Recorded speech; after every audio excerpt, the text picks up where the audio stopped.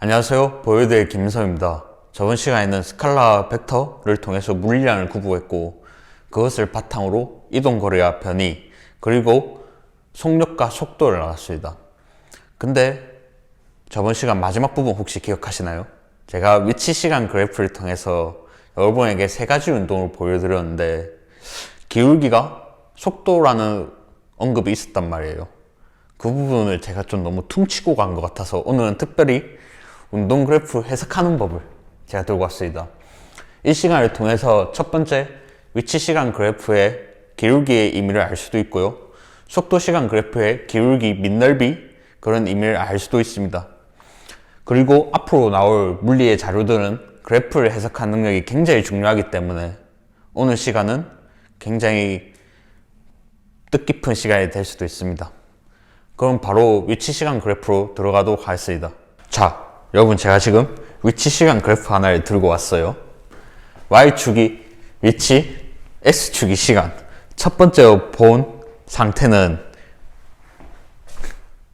이렇게 정지하는 상태의 표현법을 한번 볼 거예요. 정지했다는 거는 변이가 0이라는 소리죠. 그러니까 처음 위치랑 나중 위치가 변화가 없어야 돼요. 한번 제가 그려볼게요. 처음 위치 여기 있으면 그냥 이렇게 쭉 이어주시면 돼요. 벌써 세 번째 얘기하는 것 같지만 이런 상태를 뭐라 한다? 정지. 하지만 이거는 일론 머스크의 침팬지가 와도 이해할 수 있어요. 칩박은 침팬지도 이해한 걸 저희가 이해 못하면 안 되겠죠. 그러니까 저번 시간에 본 등속도 운동 그런 게 중요한 것이에요. 한번 저번 시간에 본 그래프를 불러와 볼까요? 이렇게 기울기가 일정한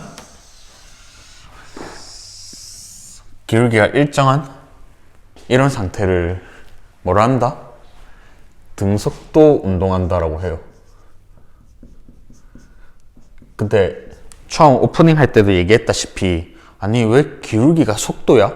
이거에 대한 궁금증을 무조건 가지고 있을 수 있어요. 그럼 일단 한번 이 그래프 상태 한번 볼까요? 뭔가 익숙치 않으세요? 저는 중학교 2학년 때 배운 1차 함수가 기억이 나거든요. 1차 함수의 기울기 개념을 떠올려 보면 기울기는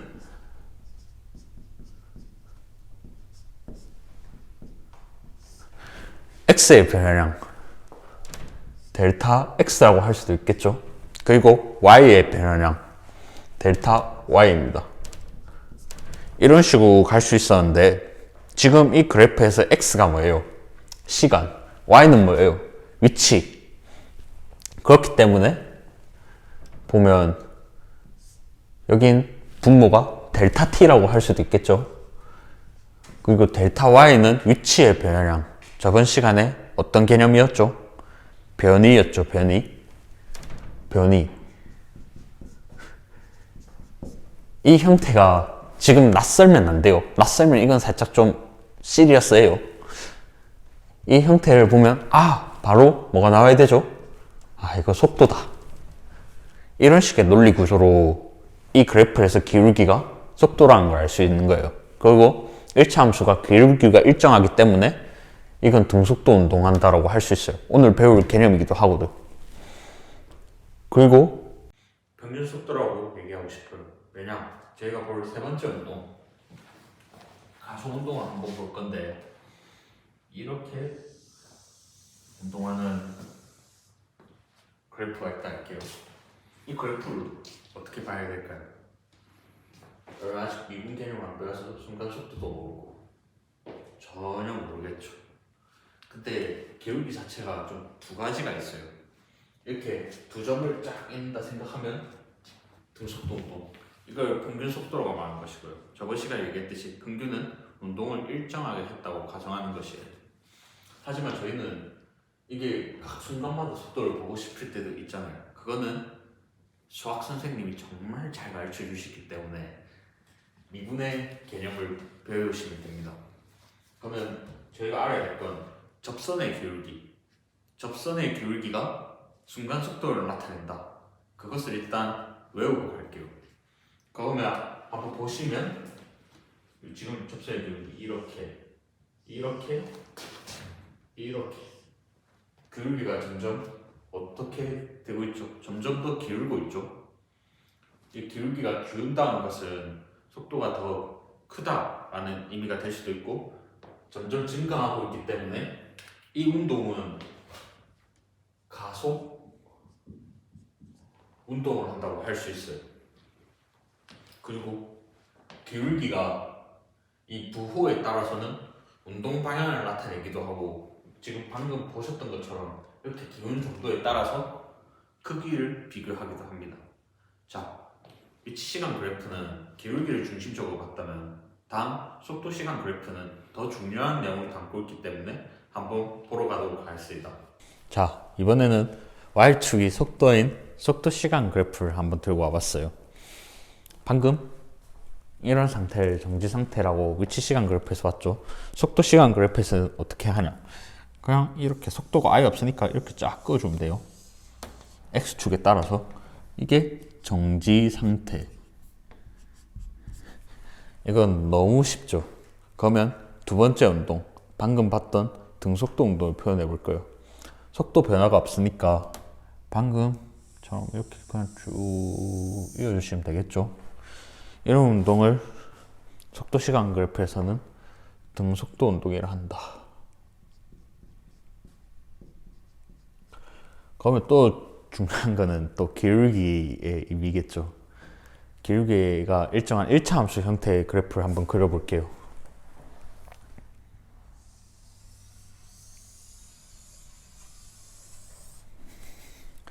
이런 형태가 있는데, 이거는 등속도 운동은 이미 있으니까 이걸 뭐라고 해야 될까요? 아마 저번 시간에 제가 주구장창 얘기한 등가속도 운동에 대한 내용입니다.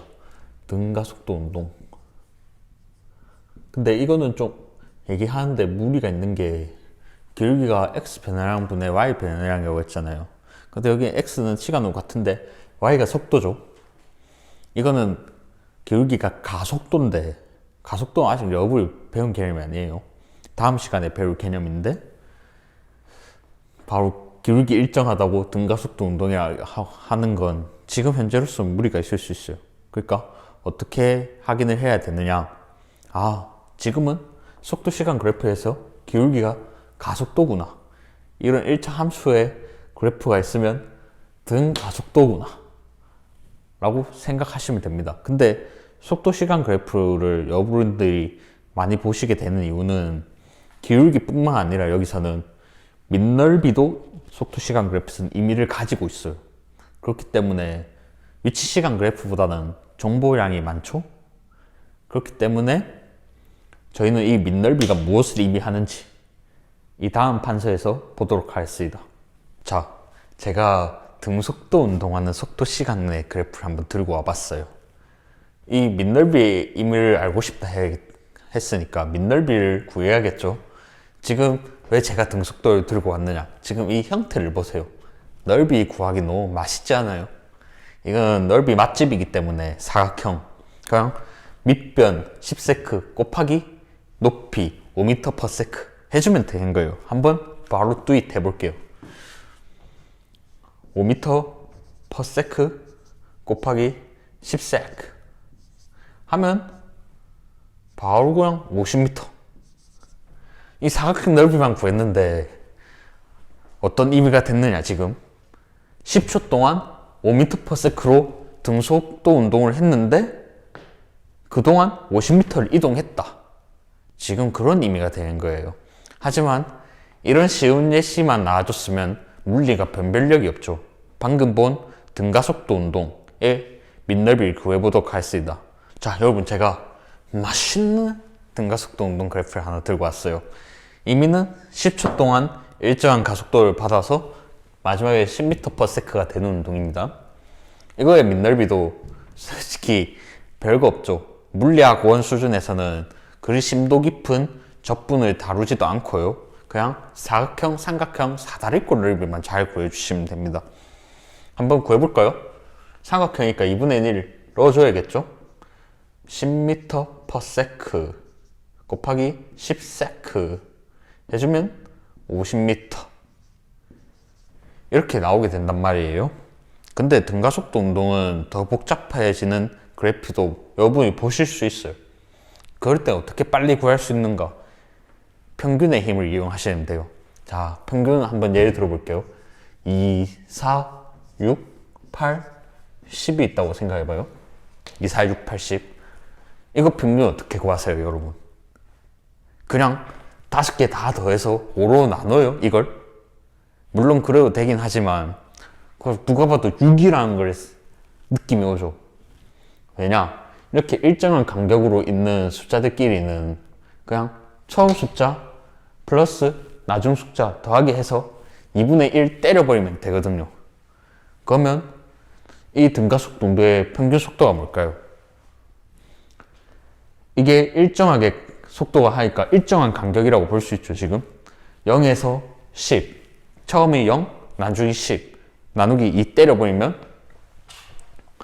5m/s. 5m/s의 평균 속도를 가지게 되는 거예요. 그러니까 이 평균의 속도를 가지고 등속도 운동을 한다. 그렇게 가정을 할 수도 있어요. 어떻게 해야 되는지 제가 한번 보여드릴게요. 이렇게 쭉 이어주시면 되는 거예요. 이게 평균의 힘이에요. 이런 운동을 했지만 결국에 결과는 5m/s로 등속도 운동했다고 여러분이 표현하셔도 무리가 전혀 없다. 한번 볼까요? 아까 본 익숙한 내용이죠. 5m/s 곱하기 10s 50m. 결국엔 결과는 같아요. 이게 등가속도 운동 풀이법 중에 하나, 평균 속도를 이용한 거예요. 방금은 이렇게 그래프를 이용해서 본 거고, 물론 뒤에 가면 더 자세히 다루겠지만 이렇게 알고 가는 것도 나쁘지 않은 것 같아요.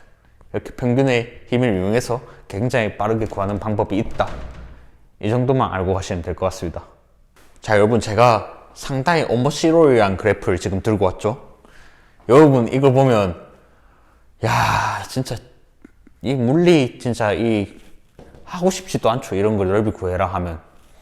하지만 물리학원 수준에서는 이런 그래프 넓이 구할 때도 없고 구할 이유도 없고 교육과정이 있지도 않거든요. 수학 시간에도 뭐 잘 보실지 모르겠지만 수학 선생님이 적분을 굉장히 맛있게 가르쳐 줄 거거든요.